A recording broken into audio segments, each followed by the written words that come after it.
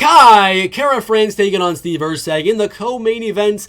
Former title challenger versus Kara-France, who could have been a title challenger. I mean, technically you can call him that because he fought for the interim belt against Brandon Moreno, so technically you can call him a title challenger, but he's got a good record in the UFC. 7 wins, 4 losses, knocked out a champion in Cody Garbrandt, beat Askar Askarov, who was undefeated at the time, and his only losses in the UFC to champion Brandon Moreno twice, Brandon Royval, who's the #1 contender at the moment, and then Amir Albazi in a fight a lot of people thought he lost. I'm not too sure when it happened. I think it was in training for this Manel Kape fight. He got a concussion.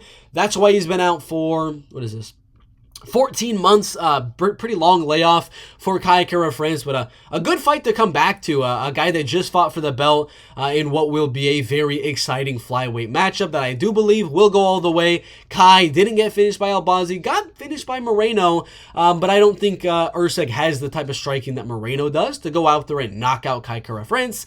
I think this one stays on the feet. It is going to be actually pretty close, and then Steve is going to mix in the grappling and wrestling whenever Kai does have success. I don't think Steve's going to go out there with, I need to get this takedown, I need it. I think it's going to be one of those moments where it's going to be a close striking match. Kai's going to be coming in. Erceg's going to be staying on the outside, using his height and using his length to have Kai come in and counter him with hooks, with jabs, with kicks at range, circle on the outside of Kai. And whenever Kai's able to kind of eke it out a little bit, make the striking a little bit more towards the advantage of Kara-France. Whenever Kai shows any glimpse of he's going to be the better striker here, which I think he will be, that's when Steve's going to get it in the takedowns.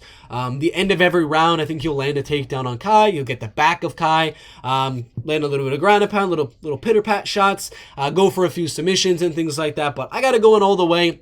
And of course, I think that grappling and jiu-jitsu, every round, I think he's going to mix it in some way or another. But again, I think most of this fight is going to be spent on the feet, with just a little bit mixed in from Steve on the ground. I think that's going to be the it factor here. I got Steve Erceg. Let's go 29-28. I think Kai will be able to knock down, and this is maybe going to be my hot take video for the card, but I think Kara-France is going to be able to knock down Steve Erceg at least 1 point in this fight. That's going to be the round he wins. The other round, Steve's going to keep the volume and striking even and mix in takedowns and win it 29-28 for Steve Erceg.